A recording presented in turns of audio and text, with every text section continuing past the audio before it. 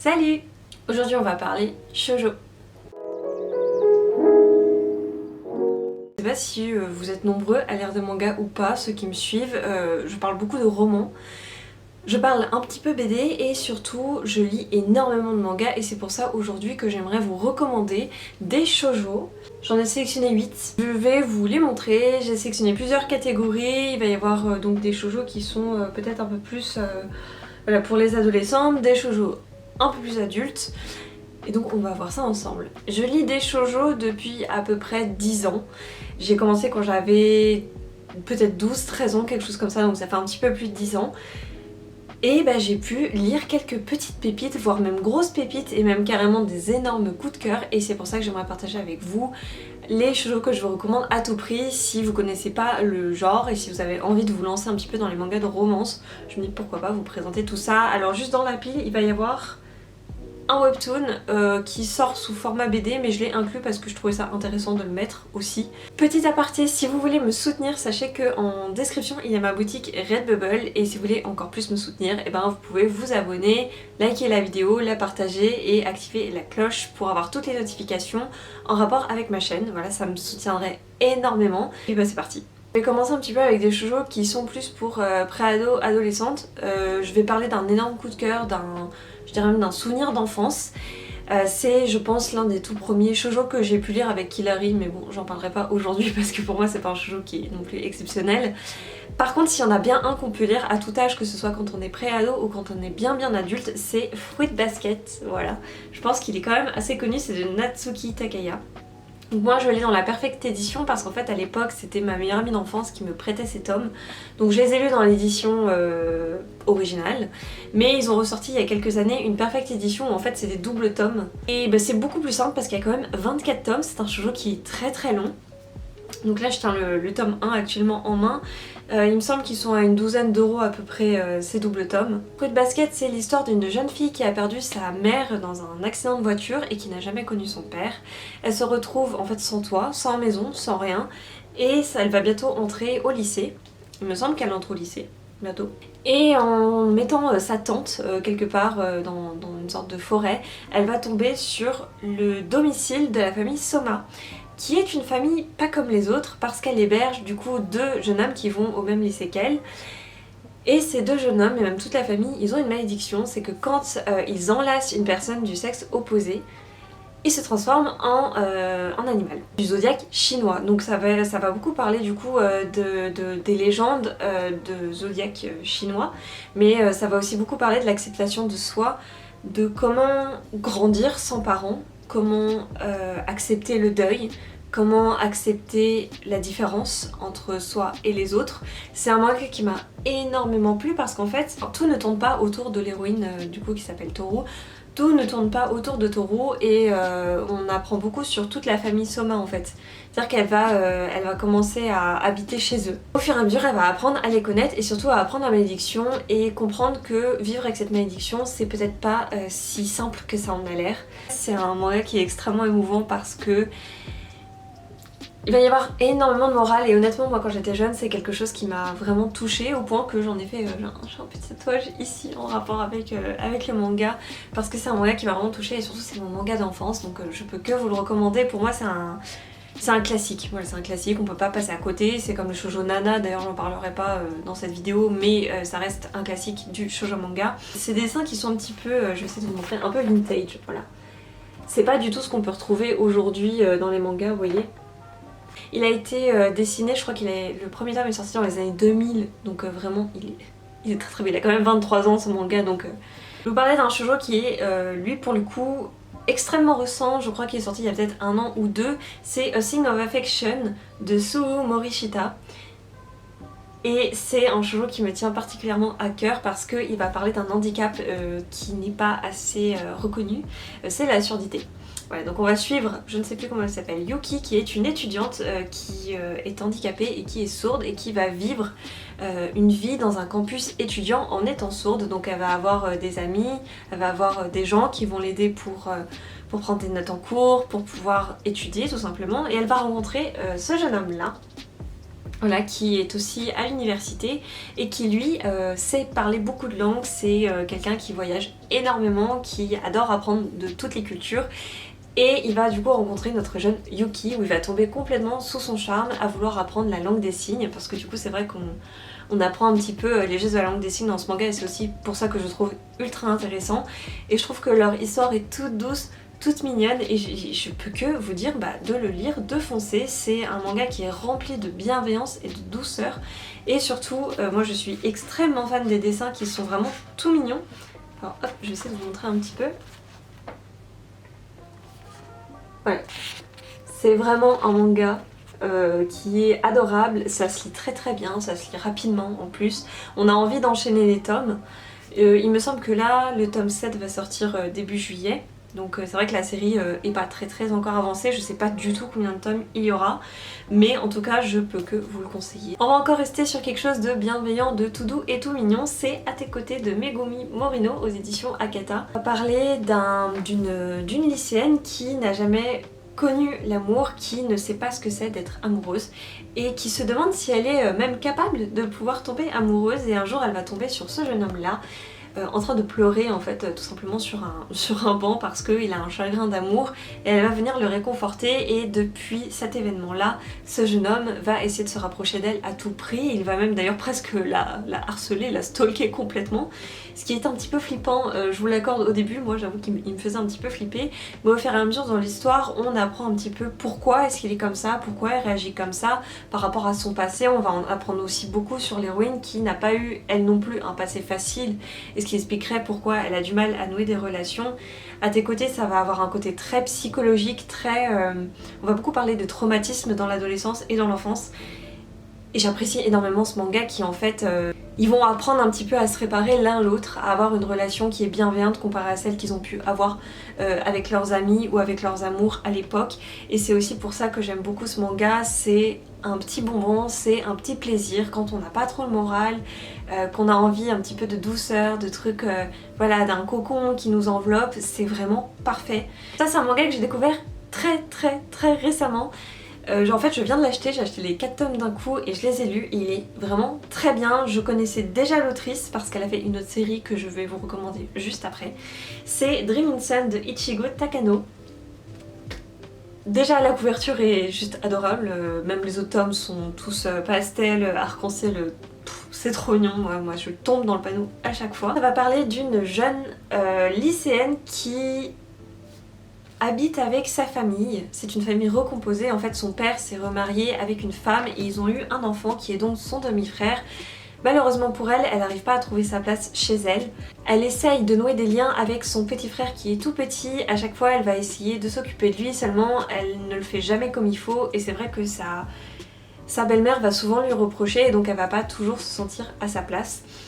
Et donc elle va décider de fuguer, puis elle va tomber sur un homme qui a à peu près 22-23 ans, qui va lui demander de trouver les clés de son appartement parce qu'elle est dans la même classe qu'un des garçons qui vit avec ce jeune homme. Et elle va faire la rencontre du coup de trois jeunes hommes où elle va finir par habiter avec eux en colocation. J'aime beaucoup ce manga parce qu'il est très simple et en même temps il est très touchant parce qu'on va facilement se mettre dans la peau de l'héroïne qui a du mal à trouver sa place, qui est timide, qui n'arrive pas à s'affirmer. Alors c'est pas une héroïne de shoujo qui va nous taper sur les nerfs parce que les héroïnes de shoujo qui n'ont pas confiance en elles, c'est vrai que des fois ça peut un peu taper sur les nerfs, de dire bon allez vas-y fonce un petit peu dans le tas. Non, c'est pas vraiment ce genre d'héroïne là qui est insupportable, au contraire je trouve qu'elle a ses côtés assurés, ses côtés un petit peu rigolos, et en même temps on va comprendre que ouais voilà, elle a du mal à trouver sa place, que ce soit du coup à l'école, avec ses amis, par rapport à des situations amoureuses ou des situations familiales, et c'est vraiment ce que j'ai aimé. C'est très bienveillant en fait parce que dans la colocation on lui demande un petit peu ses rêves, on l'aide à réaliser ses rêves, à être un petit peu plus autonome et à apprendre comment du coup évoluer plus tard tout au long de son adolescence et quand elle sera adulte, et je trouve que c'est un super sujet. Vraiment un très beau sujet. Donc j'espère que ça vous donne envie de le lire parce que vraiment c'est un de mes derniers coups de cœur shoujo. On s'attaque à un shoujo pour moi qui est de l'ordre du parfait. J'ai carrément acheté le coffret il y a quelques mois de ça. C'est la série Orange. Je sais qu'elle est assez connue sur YouTube ou même Instagram. Moi je vous montre le super coffret que j'ai. Moi j'avais acheté la collection, donc tout ces tomes là à part, et en fait il y a le tome 7 qui est sorti avec le coffret en même temps, du coup j'ai tout acheté pour pouvoir les ranger. Comme ça me permet de ne pas les abîmer, et puis vu que c'est un shoujo de cœur, ben voilà. Je vais juste prendre le premier tome dans ma main parce que le coffret est un peu lourd. Bon, je vous montre du coup la couverture du tome 1 qui est toute mignonne. Alors je sais pas du tout si ce manga est sorti en premier, enfin avant Dream in Sun ou après, j'ai pas regardé les dates de publication au Japon. En tout cas il est sorti celui-là il y a quand même quelques années de ça. Ça parlait d'une jeune fille qui un matin de sa rentrée scolaire va recevoir une lettre d'elle-même qui vient du futur et qui va lui dire qu'elle a énormément de regrets dans sa vie de lycéenne et qu'elle aurait aimé faire telle ou telle chose, et toute la lettre va décrire son année de lycéenne avec des points, avec des événements clés, où elle va lui demander de faire un autre choix, de prendre un autre chemin que celui qu'elle a pu prendre par le passé. Et donc elle va rien dire, elle va retrouver son groupe d'amis au lycée et va apprendre qu'il y a un nouvel élève qui va arriver dans l'école, dans sa classe, qui s'appelle Kakeru, qui est juste ici. Au début elle va se demander si cette lettre c'est un canular ou si c'est réel, mais elle va vite se rendre compte que les événements qui sont décrits dans la lettre vont se produire en vrai, et donc au départ elle va pas forcément écouter la lettre, elle va faire les mêmes choix que dans la lettre, pour quelques jours plus tard comprendre qu'en fait elle aurait dû écouter la lettre parce qu'il s'est passé un drame. Elle va regretter amèrement, elle va essayer du coup d'aller de l'avant, d'avoir un peu plus confiance en elle et de faire les choix que la elle du futur lui a demandé de faire.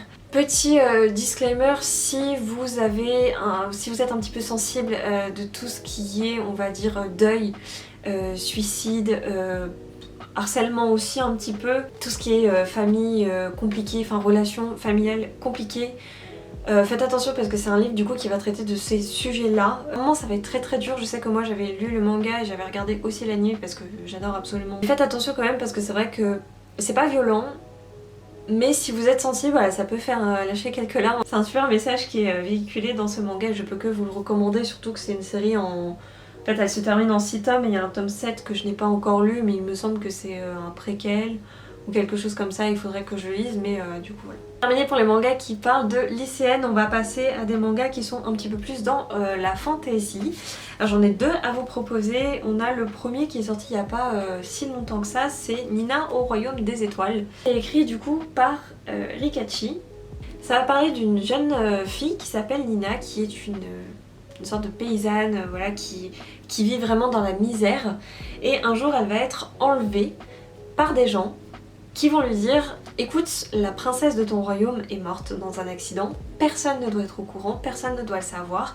La princesse avait des yeux bleus, très très bleus, exactement comme Nina, et il va falloir que tu la remplaces, et en échange tu auras de quoi vivre, tu vas vivre comme une princesse, mais tu devras agir comme elle, et surtout tu vas devoir te marier au prince du royaume ennemi parce que c'est ce qui a été promis, on peut pas se permettre que la princesse ne soit plus là.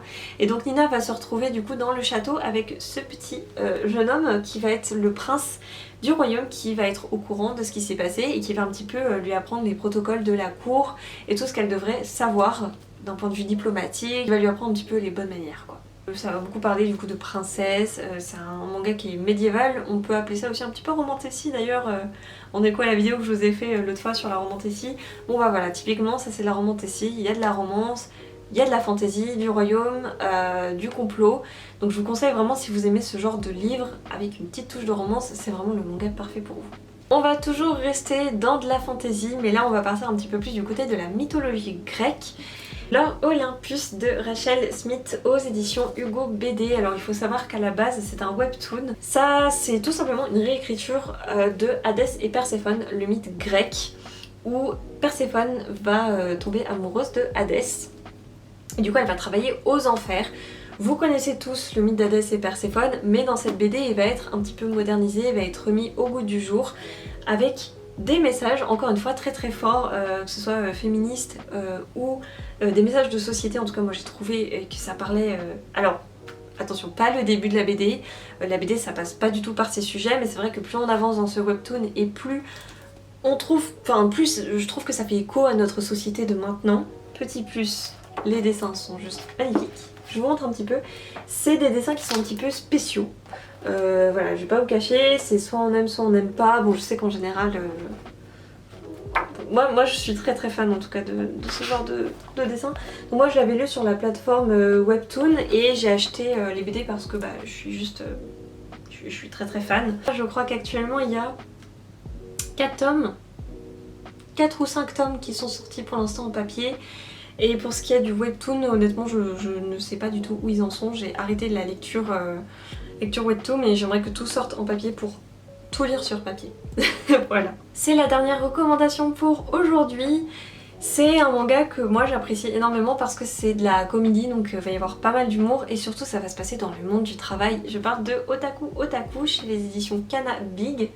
Voilà, leur édition Kana Big, c'est du coup des éditions qui sont dédiées un peu plus aux adultes. Alors c'est pas forcément qu'il y a un contenu adulte, c'est juste qu'on est dans la peau de 4 salariés en fait qui sont fans chacun de quelque chose. Donc on va avoir l'homme ici sur la couverture qui est fan de jeux vidéo, celle d'à côté elle est fan de manga et notamment de Boys Love. Et ils vont rencontrer d'autres personnages qui sont aussi eux fans de cosplay, de jeux de société, etc. qui ont une passion dévorante et qui ne veulent pas vraiment le montrer à leur travail et ça va créer des situations extrêmement drôles. Donc on va vivre juste des petits épisodes en fait où ils sont dans leur bureau et puis ils discutent et voilà, et ils vont parler autour de leur passion, ils vont aussi travailler, il va y avoir des petits gags, des petites histoires rigolotes. Et en même temps on va suivre une histoire d'amour qui prend pas trop la tête, qui est très simple et franchement ça fait plaisir de pas trop se prendre la tête dans les shoujo de romance. Il y en a d'autres dans ce style là, je les ai pas mis là parce que je trouvais que c'était pas forcément nécessaire et que j'avais pas lu assez de tomes pour vous dire. Je crois qu'actuellement cette série là il y a 10 ou 11 tomes qui sont sortis, je crois qu'elle est terminée, il me semble. Je crois, parce que ça fait très longtemps que je l'ai lu donc je me souviens. Voilà, j'espère que cette vidéo vous aura plu. Je vous fais des gros bisous, prenez soin de vous et puis surtout hydratez-vous parce qu'il fait très chaud en ce moment. J'espère que la vidéo vous a plu, je me suis dit que ça pouvait être sympa de vous faire des recommandations shoujo parce que je sais que moi en été j'ai tendance à beaucoup lire de shoujo plus que le reste de l'année parce que c'est des lectures qui sont légères, qui sont toutes mignonnes et qui passent super bien en été. Mais peut-être que je referai une vidéo pour vous présenter d'autres shoujo, je sais pas trop, dites-moi en commentaire si ça vous intéresse que je continue à faire des vidéos recommandations. Peut-être prochainement je ferai une vidéo Boys Love, je ferai une vidéo shonen ou seinen ou manga d'horreur, pourquoi pas, ce serait vraiment très sympa. En tout cas je vous fais des gros bisous, je vous dis à bientôt et surtout prenez soin de vous. Bye.